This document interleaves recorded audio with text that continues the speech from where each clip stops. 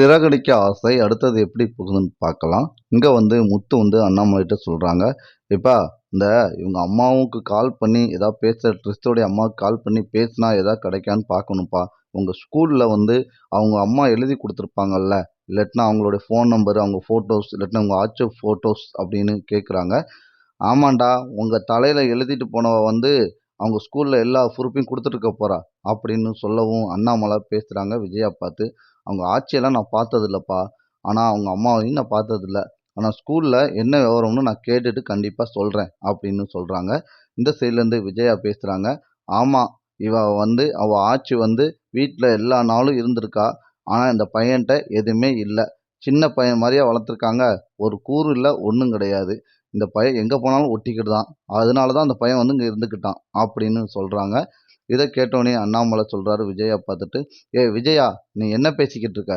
அது ஒரு சின்ன குழந்தை. அவன் அப்பா வந்து இல்லாத குழந்தை. அங்க அம்மா வந்து எங்கேயோ இருக்காங்க. அவ ஆச்சி வீட்ல வளர்ந்த பையன். அந்த பையன பத்தி நீ பேசாத" அப்படின்னு சொல்றாங்க. இந்த சைடுல ரோகிணியும், மனோஜையும் பார்த்துட்டே இருக்காங்க. நம்ம ட்ரிஸ்ஸ பார்த்துட்டு. இங்க ரோகிணி வந்து பார்த்துட்டே இருக்காங்க ட்ரிஸ்ஸ. ட்ரிஸ் வந்து அவன் அம்மாவ பார்த்துட்டே இருக்கான். இந்த சைடுல கல்யாணின்னு சொல்லி பேர்ல நம்ம அம்மா வந்து இருக்கிறத பார்த்துட்டு புரிஞ்சுக்கிட்டு இருக்க ட்ரிஸ்ஸு கம்முன்னு இருக்கான். இந்த சைடுல மீனா வந்து சொல்றாங்க, "அத்தை, நீங்க எதுவும் பேசாதீங்க அத்தை, தயவு செய்து. ஆனா அவங்க அம்மா வந்து அந்த அளவுக்கு நல்லவங்களா இருப்பாங்கன்னு தான் எனக்கு தெரியுது. ட்ரிஸ்ஸுக்கும் அவங்களுக்கும் என்ன பிரச்சனைன்னு தெரியல. வெளிநாட்டுல போய் கஷ்டப்படுறாங்க." "ஆ ஆ வெளிநாட்டுல கஷ்டப்படுறாளா? கஷ்டப்படுற மாரி எனக்கு ஒண்ணும் தெரியல. அவ பேச்ச பார்த்தாலே எனக்கு தெரியுது. அன்னைக்கு ஒரு வீடியோ கால்ல பேசும்போது முகத்தெல்லாம் மறைச்சிட்ட மாரி ஃபோட்டோலாம் அனுப்புனேன்னு இவரு தானே சொன்னாரு" அப்படின்னு. "அது என்ன சூழல்ல இருந்தாங்களோ தெரியல" அப்படின்னு சொல்றாங்க நம்ம மீனா. இந்த சைடுல மனோஜ், அவங்க அம்மா வந்து கரெக்டான உள்ளவங்களா இருந்தாங்கன்னா, முகத்த எல்லாத்தையும் மறைச்சிட்டு பேசணும் அவசியமே கிடையாது. அவங்க ஏதோ மறைக்கிறாங்க. ஆனா என்னன்னு தெரியல அப்படின்னு சொல்றாரு மனோஜ். "ஆமான்டா, சரியா சொன்னடா" அப்படின்னு மனோஜ் சொல்றாங்க. இந்த சைடுல ரோகிணி பார்த்துட்டே இருக்காங்க. இந்த ஆன்ட்டி துருதி துருதின்னு பேசிக்கிட்டேலாம் இருக்கு. ஏதாவது சொல்லிக்கிட்டே இருக்காங்களே. நம்ம ட்ரிஸ் இங்க வந்ததுனால தானே இவ்வளோ பிரச்சனை அப்படின்னு நினைச்சிட்டு இருக்காங்க ரோகிணி.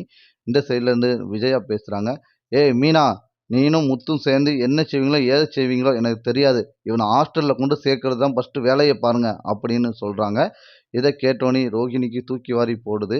ஐயோ! நம்ம அம்மா எங்க போனாங்கன்னு தெரியல. இந்த ஆன்ட்டிட்ட நம்ம பையன வச்சு என்ன பாடு படுத்துறாங்க. அவனுக்கு என்ன விவரமும் தெரியாத ஒரு குழந்தைய என்னலாம் பேசுறாங்க. பக்கத்துல அம்மாவா இருந்துட்டு நான் எதுவுமே செய்ய முடியலன்னு நம்ம ரோகிணி ரொம்ப வருத்தப்படுறாங்க. இந்த சைடுல அண்ணாமலை பார்த்துட்டு விஜயா பார்த்துட்டு, "ஏய் விஜயா, நீ எதுவும் பேசாத. ட்ரிஸ் இங்க தான் இருப்பான். அவங்க ஆச்சிய கண்டுபிடிக்க வரைக்கும் முத்துவும், மீனாவும் தேடி போயிருக்காங்க. வாராங்களோ வரலையோ, ட்ரெஸ் அது தாண்டி இருக்கட்டும். அது தாண்டி உனக்கு எந்த பிரச்சனையும் வராது. போ" அப்படின்னு பத்திட்டு போயிருந்தாரு அண்ணாமலை. அடுத்தடுத்த எபிசோடு இப்படிதான் நண்பர்களே போப்போது. இந்த கதை உங்களுக்கு பிடிச்சிருந்தா லைக் பண்ணி ஷேர் பண்ணுங்க.